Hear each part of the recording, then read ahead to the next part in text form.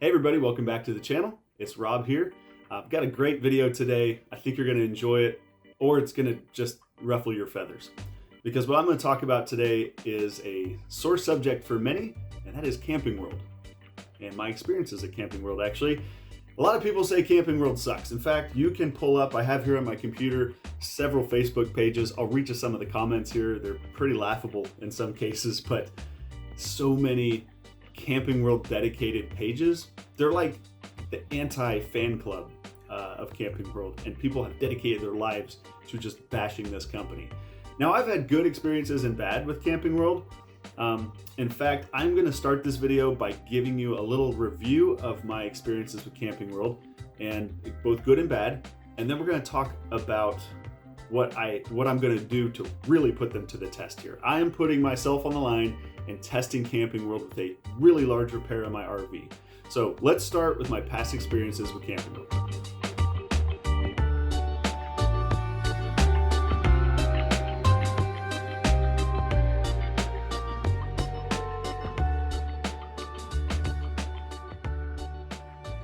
Okay, so before I get started on my experiences, I just want to give you a quick background about myself. I spent 20 years in the automotive industry. The last 10 or 12 years, I was a service advisor, service manager at car dealership service centers. So I'm very familiar with the service side of things. I've also, being that I've been in car dealerships for 20 years, I'm very familiar with the sales side of things, even though I don't really mess with sales very much. It's not my cup of tea. I'm more service inclined, okay? So with that in mind, I have a good idea of how operations should work, especially in a service center. So I know what to look out for. I want to start with my first Camping World experience, and that was when we were shopping for an RV. So this was about 3 years ago. My wife Tasha and I went to the Camping World in Edmond, Oklahoma, and we had a very good idea of what we wanted in mind. And at the time, we thought we were going to get a Class C RV with a bunkhouse, and we were going to tow a trailer behind it. So we went in, we found an RV that we really liked. We wanted it. We wanted to put a deposit on it. We were actually probably would have put a deposit on it that day, but the salesman was really disinterested. He just could not have been bothered with showing us the units that we wanted to see, let alone showing us features, that sort of thing. Just really just kind of detached from the whole situation. So we got inside. I said, all right, we'll talk to a sales manager. Once the sales manager talks to us, he's going to see that we're serious and want a deposit, and we're going to get this thing rolling. Well, we got inside, and the salesman kind of gave us his card and really just kind of tried to shoo us off. We then talked to a sales manager before we left, and he was kind of the same way. He's like, hey, here's my card. Let us know if you guys want to do something in the future. I thought that was really strange, but we left. I said, you know what? I'm going to take this as a sign. Let's just leave and see if there's other stuff out there. We ended up going to a smaller independent RV shop in town. They had more like travel trailers and fifth wheels, whereas we were looking for a motorhome. And we saw some really nice stuff there. The people there were way better, though. They definitely wanted to sell us something, but they weren't pressuring us. By the way, this is Lewis RV in Oklahoma City, for those who are wondering. So Lewis RV was great. And what they ended up telling us was, hey, we can find you something, but, it's going to be tough. If you don't want a travel trailer or something, whatever. But if you find a motorhome somewhere else, bring it to us. We'll inspect it and let you know if it's even a decent unit. So that was really cool. They went above and beyond for us in that sense. At any rate, so we go back home, we do some shopping. We found our Class A Thor Outlaw in Florida, and we flew down and bought it sight unseen. We brought it back. I took it to Lewis RV for an inspection. They gave it a pretty clean bill of health.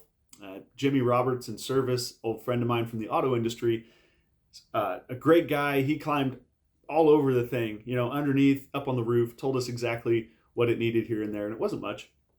Gave us his honest opinion on stuff, and that was great. Now, after that, we took it to Camping World because we had our first repair that needed to be done. And took it to Camping World because another good friend of mine from the automotive industry, his name's Brent Oldham, he was up there. He's the parts manager, or was the parts manager at Camping World in Edmond. So he said, hey, bring it up here. We'll get you taken care of. So I took it up. Christina was our service advisor. I believe that was her name. Anyway, she did a good job. And the whole experience, start to finish, was really, really good. They even filled our propane for us, washed the coach without me asking. We picked it up, and we were just blown away that everything was done right, and they went above and beyond by cleaning and also filling our LP tank. So That was a really, really good experience. Um, the next time we took it to Camping World after about 6 months of using the RV, needed some more repairs done, and it wasn't quite as smooth a thing. Brent wasn't there anymore, and we used a different service advisor, and the experience was much different. And that's going to be a recurring theme throughout this video. I'm going to tell you that not only does the experience change from store to store when you talk about a franchise like Camping World or Gander RV, but it changes from person to person. Now, who you talk to is definitely going to influence how your experience goes. And there are good people in any dealership, in any store, and there are less than desirable people that really don't care or aren't going to go the extra mile for certain. They're just not going to put in the same level of effort. So, at any rate, that next experience at Camping World didn't go great. My third experience with Camping World was at, Gander RV, which is also Camping World. That was in Wichita, Kansas.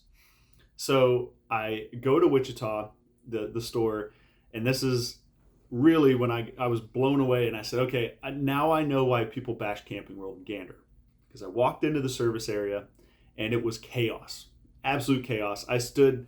It was right after COVID, so I stood back from the desk and waited with my mask on, and the service people were scrambling, and a lady looked up and said, "I'm so sorry, we'll be with you as soon as we can." I said, "No problem. I've been on that side of the desk. You take your time."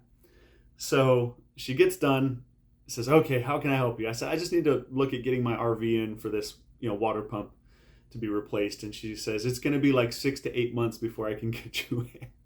I was like, "Excuse me, 6 months?" She's like, "Yeah." I said, "That is crazy."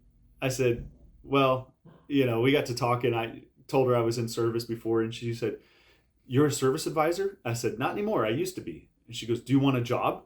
I said, Why? And she goes, 'We're not service advisors. We're salespeople, and we don't know what we're doing. I just want to get back to the sales floor. We need service people. Will you come work here?' I was like, 'No, I don't want that.' I said, 'But just out of curiosity, how many open repair orders do you have right now?' And she picked up a stack. Now, in the automotive industry, in our shop, where we had 20 service bays, 20 technicians, we would have a paper or two of open repair orders. That's the number of service tickets that you have working at the time. She picked up a stack of papers and just kept flipping them and flipping them and flipping them. And I was like, oh my gosh, this is a recipe for disaster. You have a huge amount of work in the till. These are all RVs attached to somebody. They need this RV, and there's hundreds of them. And you're telling me you don't have proper service personnel. You don't have service advisors, and you're short on technicians. Bad combination. So I left there, said, "No, thank you. I will not schedule today." Went home. I told my wife, Tasha, what was going on. And she said, "You know what? You should apply there because we're going to be stationary for like 3 months. Why don't you just see if they need some help? And you can go in and maybe help them get the ball rolling and get out from under those ROs and maybe establish some processes or get some people hired." And I'm like, yeah, maybe I'll make an extra buck and that would be fun. So I wrote an email to the general manager that day, and he called me within an hour. He called me right up and he said, "Hey, when can you come in and interview?" I said, "I could be there in an hour." It's great. So within 2 hours of writing this email, I go in and I sit down with the general manager. The service manager was busy, so the GM interviewed me, asked me some questions. I told him my thoughts. I told him what I could bring to the table. And he said, "Look, I'm going to make you an offer. I'm going to give you this pay with this commission. You work 4 days a week. You have Friday, Saturday, Sunday off. You can work for 3 months. When you're ready to leave, you leave. But if you can get me out from under these open ROs, if you can help me establish some processes and help this service manager out, it'll be worth it to me." It was a very generous offer. So I said, okay. Well, then the service manager came in the room, and you could tell he did not want any part of this. He was not interested in me being there. He did not like what the general manager had told him before I got there, I'm sure. And so he walked in and was just completely, again, he just didn't want to be there. The GM said, "Hey, I made this guy an offer. I made Rob an offer. These are the things that he can do to help you. And I think you guys would be a great team. I have to go back over to the other store, to the sales store. You guys work it out. Give him a tour. And Rob, you just let me know when you want to start." I said, "Perfect." As soon as the GM left, the service manager said, "Okay, so you want a tour? All right, let's go." We walked back in the shop. He couldn't have cared less about showing me anything in that shop. He walked out and said, "Here's the shop. There's the parts department. There you go." I'm like, "Okay, can I get your card or something?" He's like, "Oh yeah, sure. Here you go. We'll let you know." And I said, "Well, the GM told me to tell you when I wanted to start. So I'm going to go home and talk to the wife. I will email you tonight and let you know. Says, okay, whatever. Turns out he didn't want me to work there because I got home, accepted the offer, sent an email in, and it was immediately shot down by the service manager. So the GM was a little bit perplexed by that, but he said, ultimately it's his decision, and I guess we're just not going to do this. Anyway, fast forward to a few weeks ago. So this was early November. We had a tree branch fall on the top of the RV. And this is going to take us to our current situation. Let me show you a list of the stuff that we have, we've accumulated, the repairs that we need. This is just some of the things that I haven't fixed over the summer. Things that were either too big for me to do, or they were too expensive and I wanted to include them on my extended warranty or whatever it was. We left these so that we could get them repaired here over the winter. So now it's November. It's just early November. And like I said, I just got done with the suspension shop. But the other day we actually had a tree branch, big tree branch, 2 of them, fall on the roof of the RV and damage the roof cap. So my insurance company said Gander RV Camping World here in Wichita, Kansas was their preferred repair shop. And actually, I'm at Gander RV right now here in Wichita. I have a dent in the roof cap. We also have a broken window here and some scratches from this tree branch that fell on the RV. I figure I'm gonna go ahead and give Gander a shot at repairing this thing.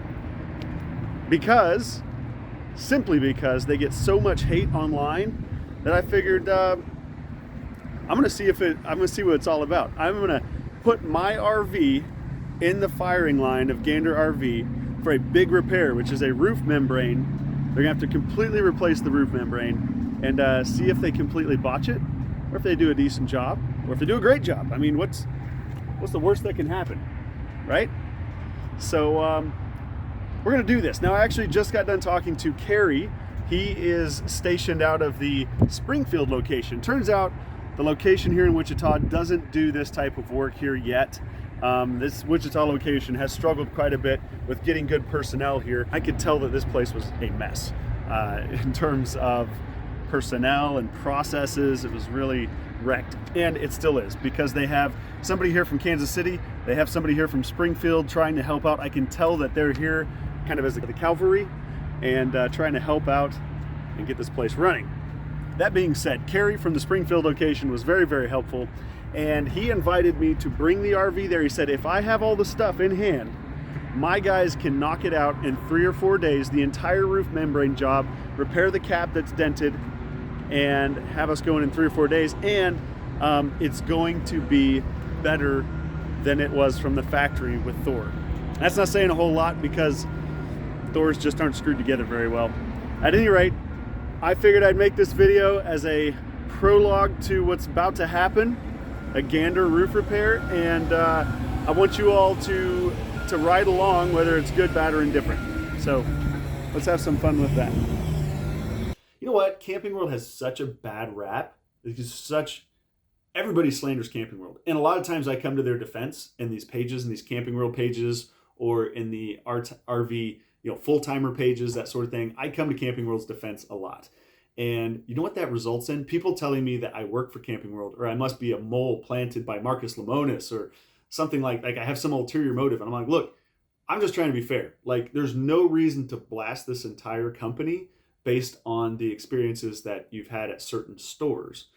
So the negative far outweighs the positive a lot of times. The voice is just louder. So what I'm going to do is put Camping World to the test. I decided this while I was sitting in the parking lot. I said, you know what? I'm going to give Kerry a shot. I'm going to drive my RV 4.5 hours to him instead of going up the road here to Wichita RV, who, by the way, didn't return my phone calls numerous times after I told them I had thousands of dollars of business for them.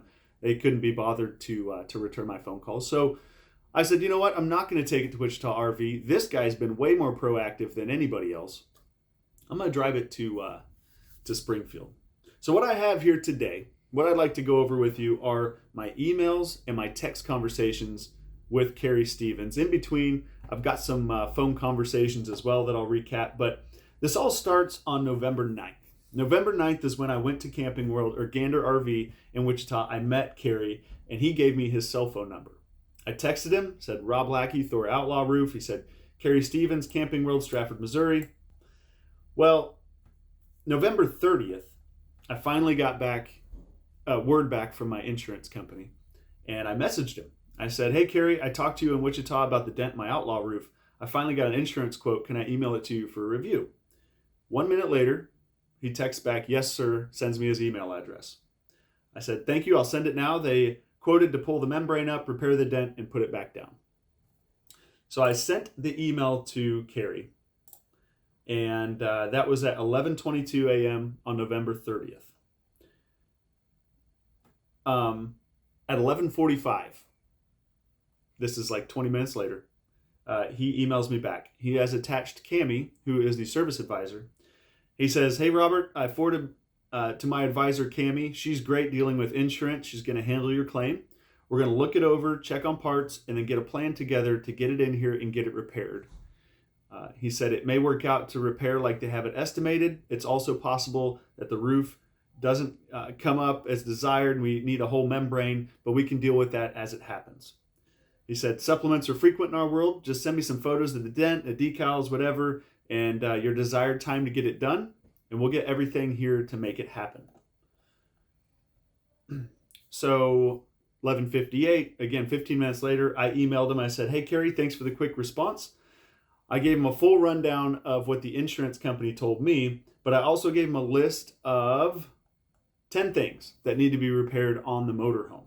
So these are things like the rear stairs don't work, the front slide has a damaged mechanism, the generator is intermittently not working, 2 of our fan vents in the roof were in-op, our rear air conditioner seemed to freeze up at night, power box under hood has an issue, intermittently the RV dies after shutting it off, the slide stops are ripped out of the wall in the front and back, and the front stairs bind up and have play in them.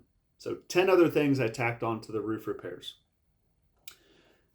He emailed me back 40 minutes later at 12:36, and he gave me a whole rundown of each of those points, what he thought they could do, what he thought they might be, and whether or not it was realistic to get them done in the time that I wanted. From that point,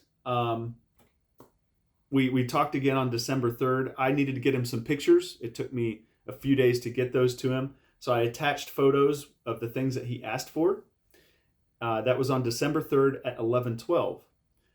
At 11:50 on December 3rd, he got back to me.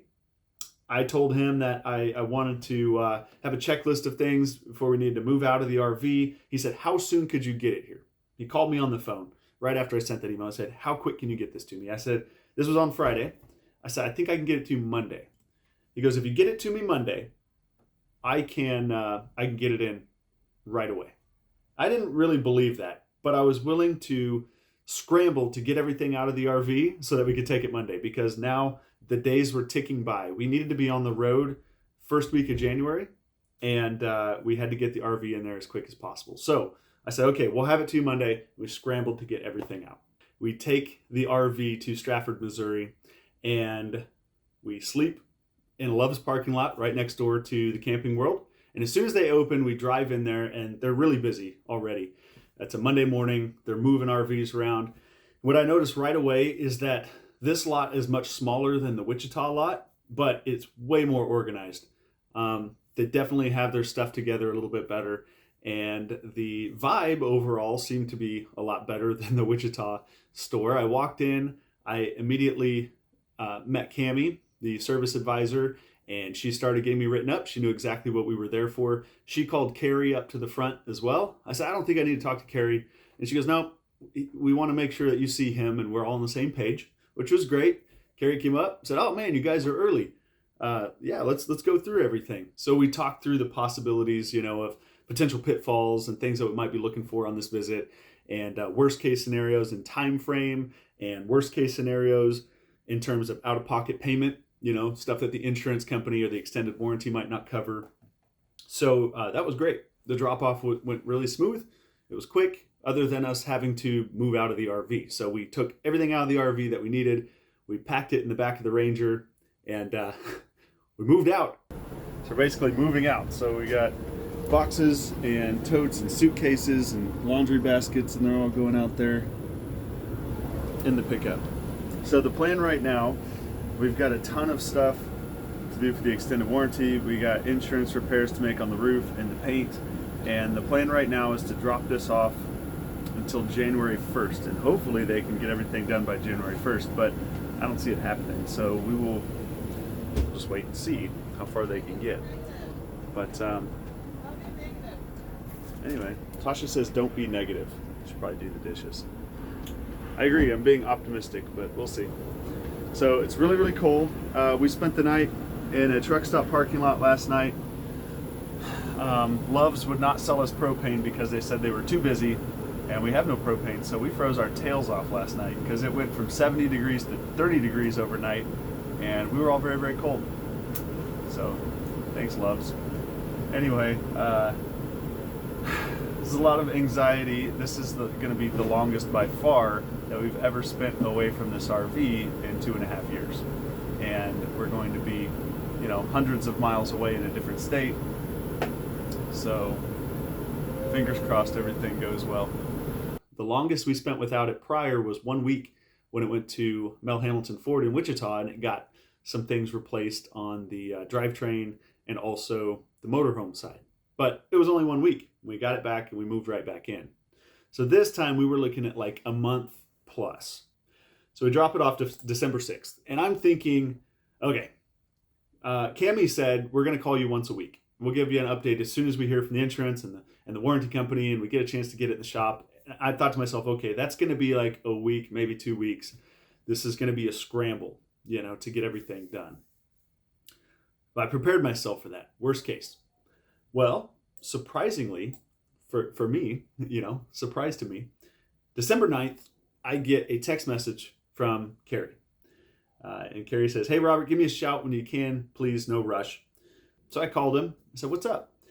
And he gave me a few bits of good news and also, some bad.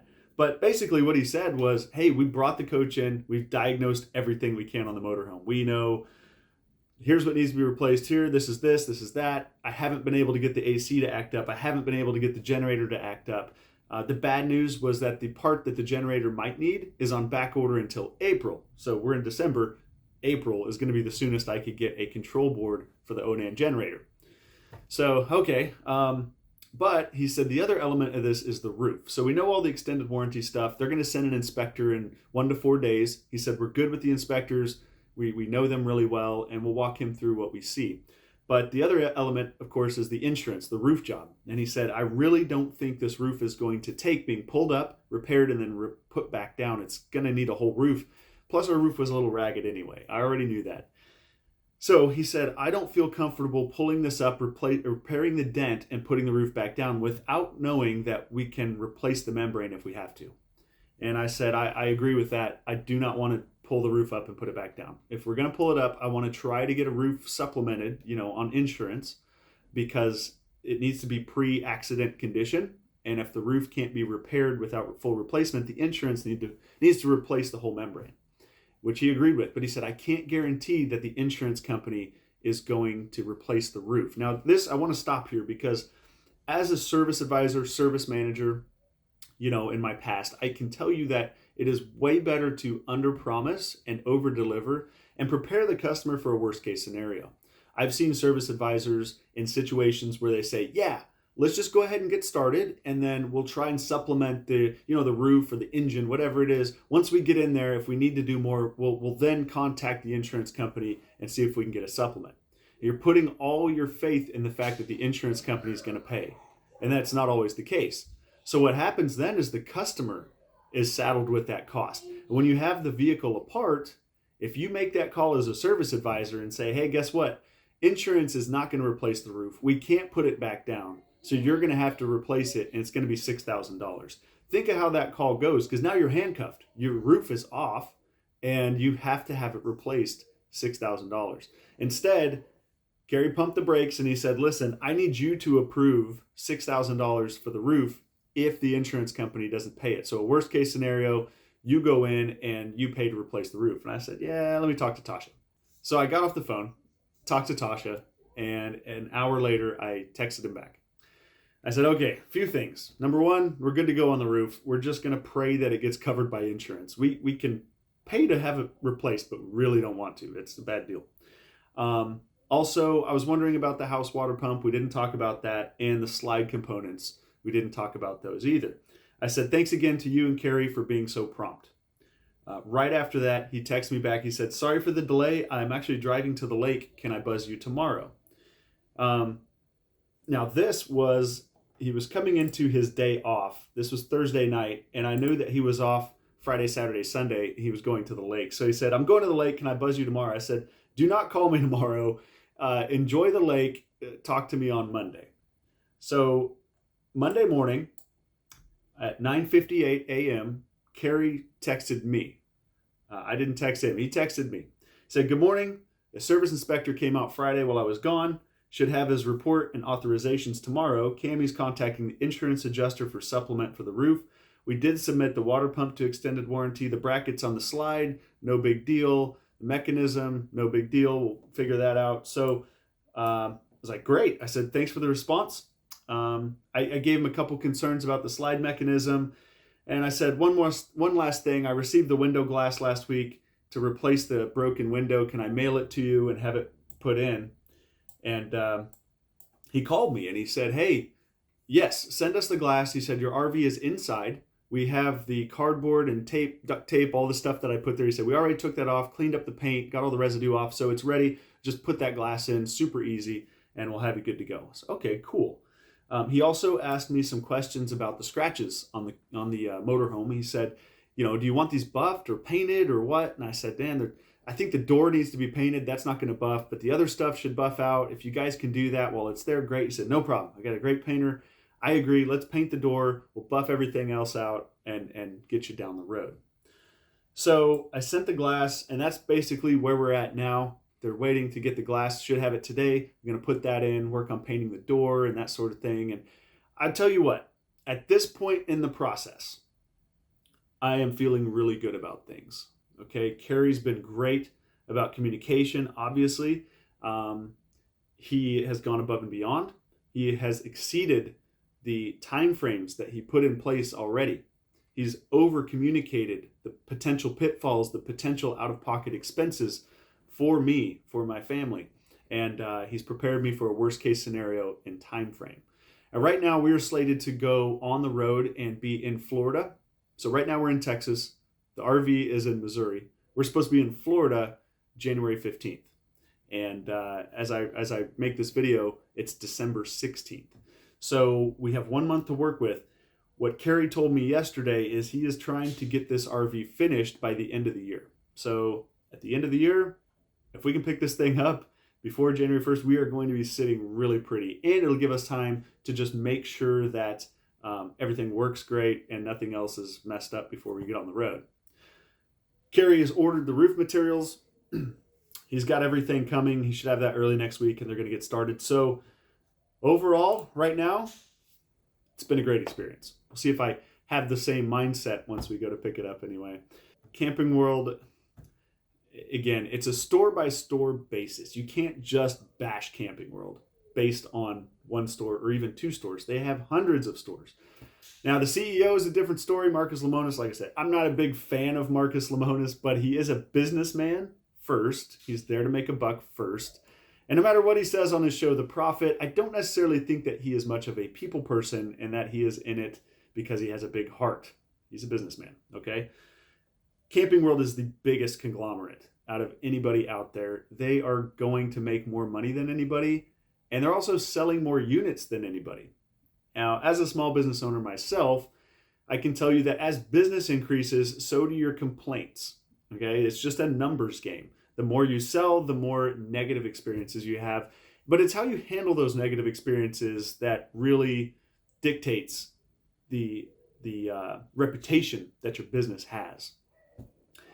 You can't fault Camping World for having so many negative experiences because they sell so much volume, but also they don't build the RVs. And a lot of times what I see on these Camping World pages, these negative experience pages on Facebook, is that the RV is a piece of junk. And frankly, that's the nature of, unfortunately, that's the nature of RVs right now. Unless you're paying $500,000 plus, you're really kind of getting a piece of junk, if I'm honest. But let me just read some of these comments, okay? These are posts on this Facebook page, this Camping World page. How does this place stay in business with all these complaints? By the way, the background on this post is the poop emojis. How does this business stay in place with all these complaints? There are several memes with Marcus Lemonis' picture that say, I'm a piece of crap. Let's see, this one, I'm a piece of crap. There's another one with Marcus here that says, I'm a piece of crap meme with Marcus Lemonis' face has been shared 3 times by 3 different people successively. Like, they don't even look at the content of the page, they just post it. Here's another one with him smiling that says, I like screwing my customers. Morally bankrupt, Marcus Lemonis. Somebody's made a YouTube video about the morally bankrupt Marcus Lemonis.